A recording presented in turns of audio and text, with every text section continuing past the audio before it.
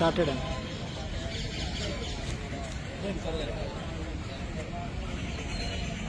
అందరికీ జైబీ. నేను రాజేష్ మహాసన్న. ప్రవీణ్ పగడాల గారి అనుమానాస్పద మృతి అని చెప్పి ఈ సోషల్ మీడియాలో చూసి ఉత్తరకాశీ నుంచి రాజమండ్రి హాస్పిటల్కి రావడం జరిగింది. అక్కడ మార్చురీలో ఉన్న ప్రవీణ్ పగడాల గారి డెడ్ బాడీ చూసాం. అలాగే యాక్సిడెంట్ జరిగిన ప్రదేశాన్ని కూడా మేము చూడడం జరిగింది. యాక్సిడెంట్ జరిగిన ప్రదేశం ఒక పెట్రోల్ బంక్ ఆపోజిట్ లో జరిగింది. ఆ పెట్రోల్ బంక్ ఆపోజిట్ లో ఈ ఇన్సిడెంట్ జరిగిన ప్లేస్ ని కరెక్ట్ గా ఫోకస్ చేస్తూ సీసీ కెమెరా ఉంది.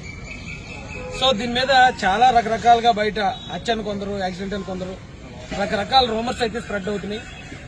దీనికి సంబంధించిన ఒక వీడియో ఫుటేజ్ ఇప్పుడే మేము చూసాం. అది రాత్రి 11:30కి కొవ్వూరు టోల్ గేట్ ని ప్రవీణ్ పగడాల గారు సింగిల్ గా రాయల్ ఎన్ఫీల్డ్ బైక్ మీద క్రాస్ చేసిన సీసీ ఫుటేజ్ ఇప్పుడే మేము చూడడం జరిగింది.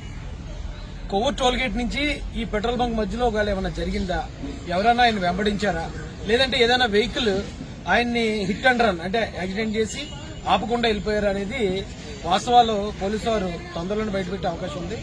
ఎందుకంటే ఈ కేసుని క్లియర్ కట్ గా లోకేష్ గారు మానిటర్ చేస్తున్నారు. డీజీ స్థాయిలో జరుగుతుంది.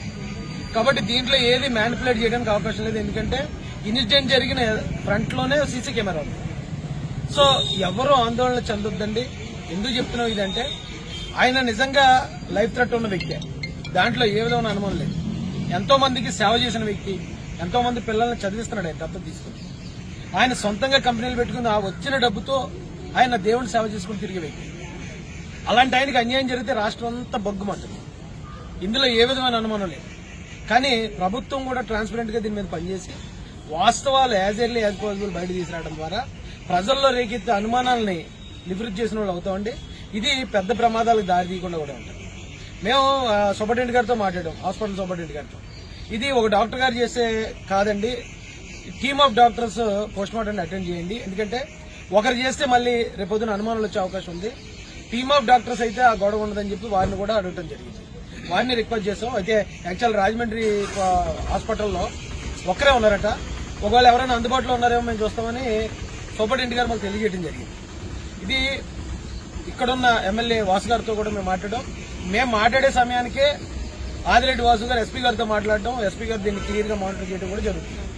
కాబట్టి దీని వెనక ఎవరైనా ఉంటే ఇది ఒకవేళ యాక్సిడెంట్ కాదు హత్య అయితే ఖచ్చితంగా ఎంత పెద్దోడన్నా శిక్ష పడేదాకా మనం పోరాడదాం.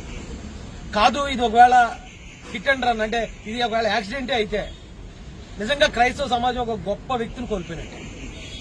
అలాంటి వ్యక్తిని మళ్ళీ రీప్లేస్ చేయలేం మనం. నాకైనా చాలా సన్నిహితుడు. మేము చాలా సార్లు కలుసుకున్నాం. హైదరాబాద్ లాంటి సాఫ్ట్వేర్ ఆఫీస్కి నేను వెళ్ళాను.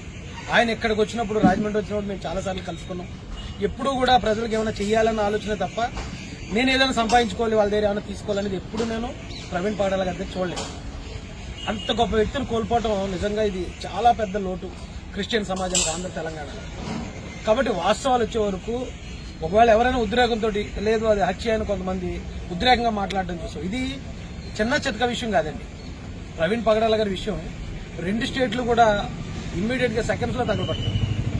కాబట్టి ఏదైనా ఒక స్టేట్మెంట్ ఇచ్చేటప్పుడు ఈ కాంట్రవర్సీ రాకుండా ఉండే విధంగా శాంతి భద్రతలకు విఘాతం కలిగేలా ఉండకుండా ప్రయత్నించాలి.